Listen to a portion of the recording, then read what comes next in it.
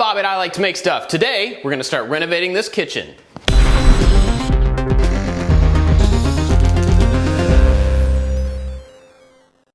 Welcome to my kitchen. This was my grandparents' kitchen built in 1983. We've been in this house for about 4 years, and so it's finally time for us to completely renovate it. Now, it is a pretty big space already, but we also have a big family. We spend a lot of time in here, and so we want to take it down to bare bones and build it back up so that it works for us. Now, part of this means that we need to change a lot of stuff in here. So in this video, we're actually gonna tear it completely down, and that means moving that wall out, getting rid of all the cabinets and all the old appliances, and then getting new walls built up, new preparations for appliances put in, and new lighting set up. We've got a whole bunch of other stuff coming, but the first thing we need to do is actually take out these old cabinets.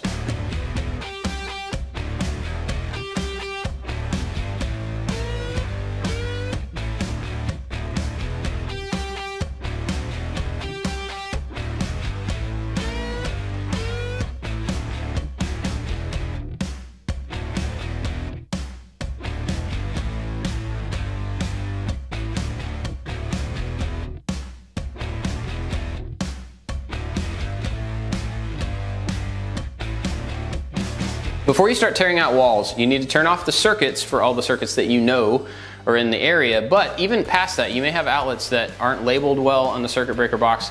And this little tester is a great way to test whether there's power going to an outlet, but also whether it's wired correctly. So if you're doing electrical work yourself, or if you're gonna be doing demolition, you need to have one of these. They're really inexpensive and totally worth it.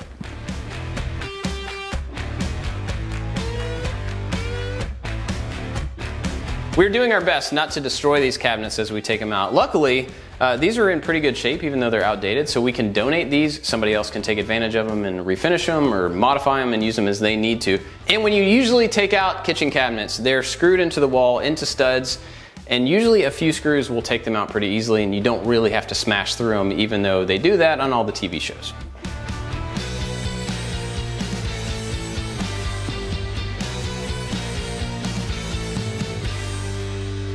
We've got all of the uppers taken down. It went really quickly. Now we have to take out the bottom cabinets, but we're actually gonna leave the sink here when we do the full renovation, and the dishwasher is gonna be here. So none of the plumbing is gonna change. So for the time being, we're actually just gonna cut the countertops right next to these and leave these in place as long as we can so that we still have a functioning sink and dishwasher. And eventually we'll have to pull them up because we're gonna need to get new flooring underneath them, but we're gonna put that off as long as we can.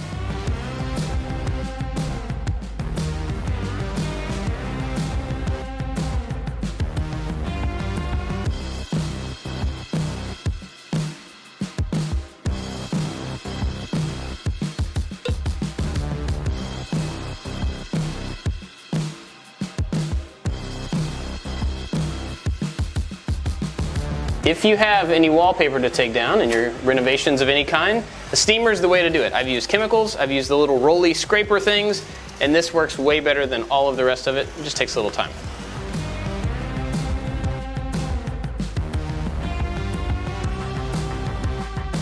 So last night we got a lot of stuff done. We got all the cabinets taken out, and I started working on the floor. Now in this case, there's 2 layers of linoleum with a 1/4-inch sheet of plywood in between them.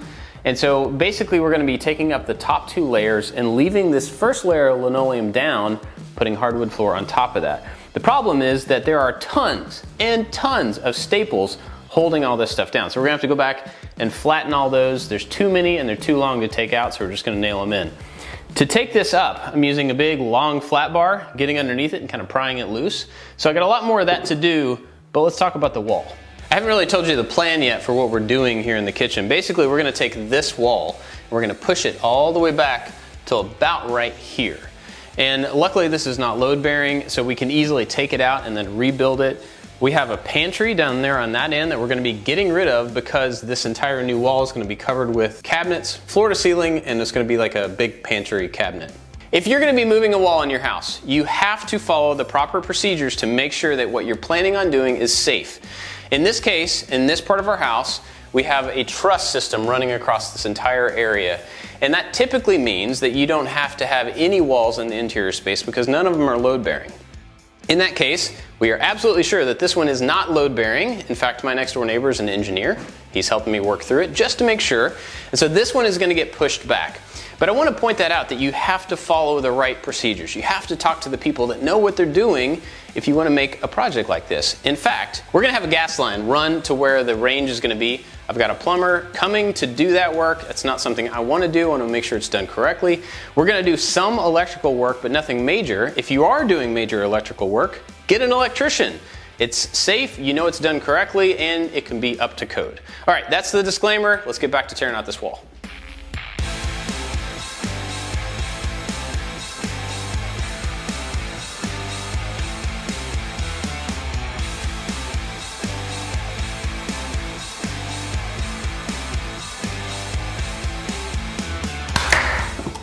Whoa! Oh my gosh. I'm so strong.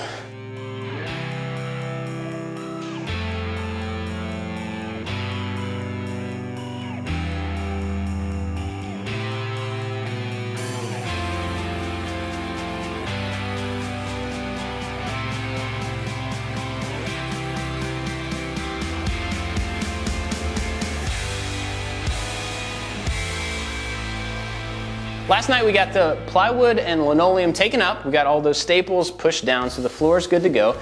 We removed the rest of the wallpaper, took out the corner cabinet, and finished taking out this wall. Now originally the plan was to build a new wall about right here, and then in front of that we were going to build floor-to-ceiling cabinets that went all the way down that had the refrigerator. That was going to be our pantry.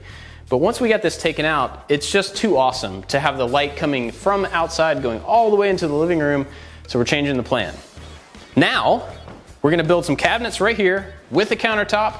We're going to have a nice big pass-through between these two rooms. It's going to open it up, tons of light, it's going to be great. So here, we're still going to build those cabinets, and they're going to go all the way down. The fridge will be there as well.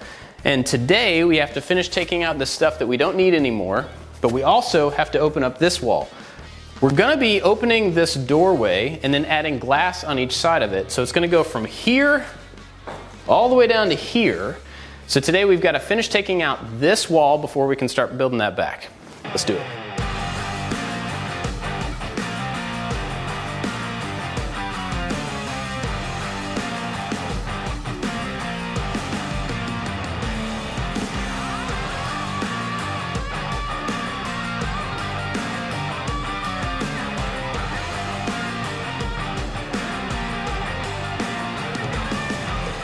I have no idea why this interior wall is insulated, but it was.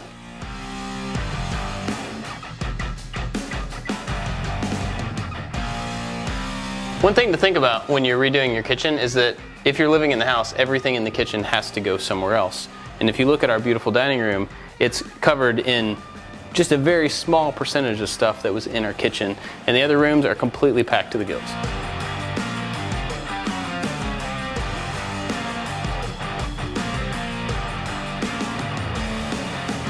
I actually wanted to point out why we're going to build this back a little bit. This power line is coming out of the floor, and we need it to be over in this part of the wall, but to actually move that, we have to lengthen this wire, and since we can't do a full new pull of wire, we would have to make a junction box. Now if you do that, if you splice two pieces of Romex together, you have to be able to get to that, which means we would have to expose that box on the wall, things like that. So we're going to leave this exactly where it is, and just put another 2x4 out here, and make that the new opening. Yesterday we got this thing completely opened up, actually a little bit bigger than we needed to. So today we're going to build it back just a little bit and then put in that header across the top. It's not a functional header, it's really just there to take up this space. So once we get that in place, then we can frame in the new doorway, and eventually we're going to build a really cool door.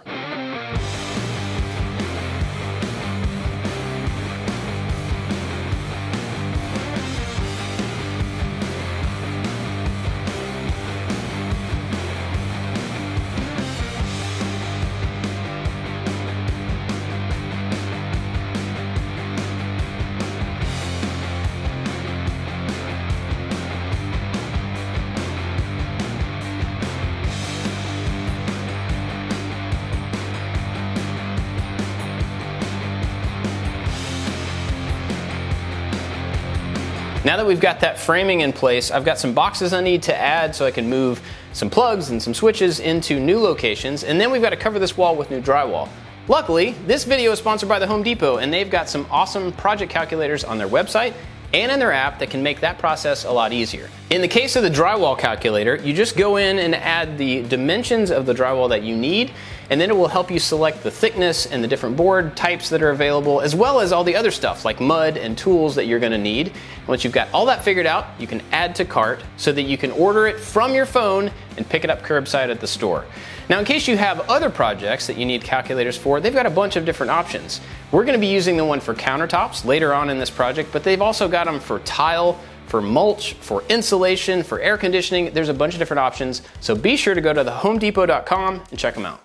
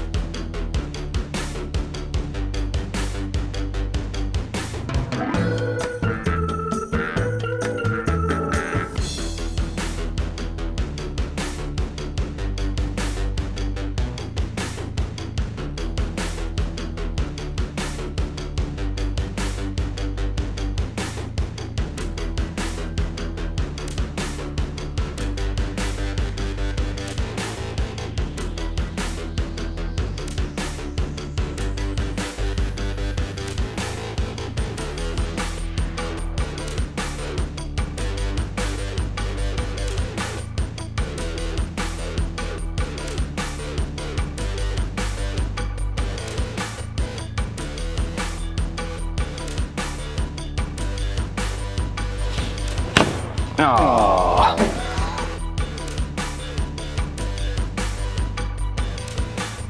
Now, one of the most annoying and time-consuming things of hanging drywall is actually cutting out when you have a bunch of boxes on a particular wall. I saw a trick on this old house one time using these painted stickers that you would kind of lay on here and then you press the thing up against it. I don't have that, so I'm going to try the same thing with acrylic paint. So the idea is to put some acrylic paint on the surface of these boxes and then take the sheet and lay it against it to transfer this outline on the back of the board, and then we can cut it out.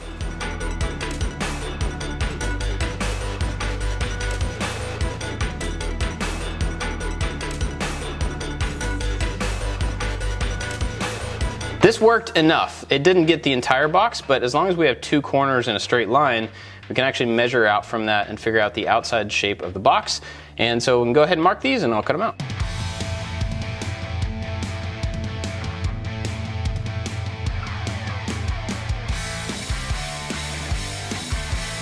Even though it was a little bit messier, that definitely was faster than measuring out these shapes from the outside edges and hoping you get them in the right place. It definitely is a starting point, and then you can trim it to fit.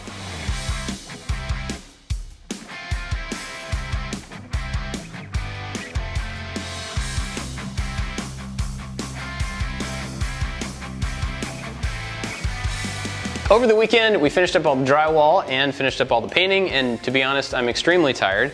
Today marks 2 weeks of this project, so as you can see, it's taken 2 weeks to get to almost a blank slate to work on top of. I did want to point out a couple of things though. We put new 1/4-inch drywall on the entire ceiling in here, and it was a lot of work, but it looks like a brand new ceiling rather than trying to patch all the old holes. Now, we used people to put that up there. Anthony, Josh, and my wife, Jenny, all helped put that on the ceiling so we could screw it in place. But if you don't have people that can help you with that, you can use a drywall lift. And that's one of the things that you can rent from our sponsor, the Home Depot. They've got tool rental to help you rent big, powerful tools to make a project go a lot faster without investing in buying that tool. The lift is a really handy one, but also the drywall sander that I was using on the walls is a thing that you can rent, just use for the project, and then take it back to the store. There's a bunch of these things that are really helpful, but kind of expensive to own. Another thing that I'm going to be using really soon is a nailer to put down the hardwood flooring. That's one of those things that you may never use again, so just rent it from the Home Depot. Go to the app, find the tools that you need, and go pick it up from the store. So now we've got to put on some of the covers on the outlets and move on to the floor. Now we're going to be putting down the same hardwood floor that you've seen me put down in our entire house. We have a video that's just dedicated to that process, so if you want the specifics, go check that one out.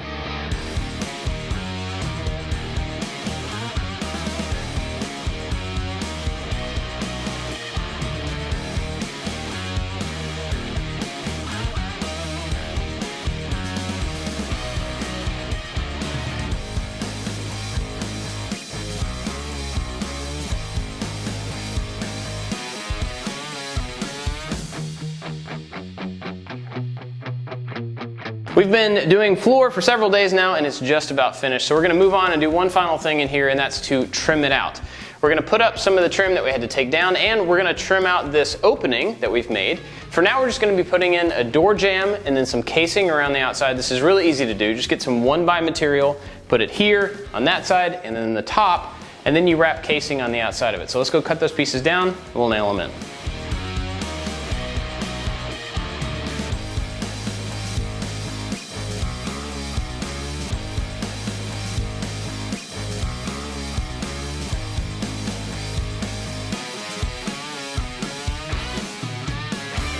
After about 2.5 weeks, I'm very tired, but this is where we're at. We've got basically a blank slate with clean walls, brand new hardwood floors.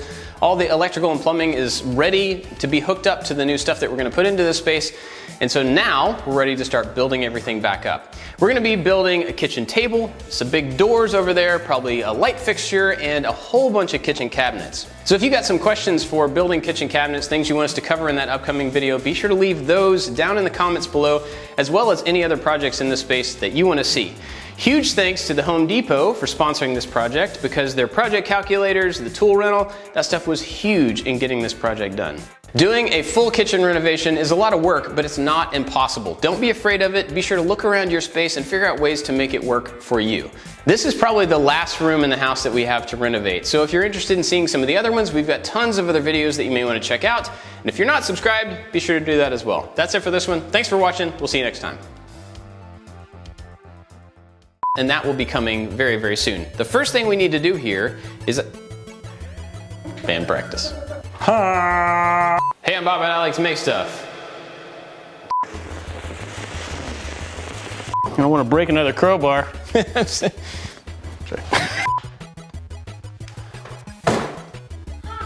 call Dude Perfect.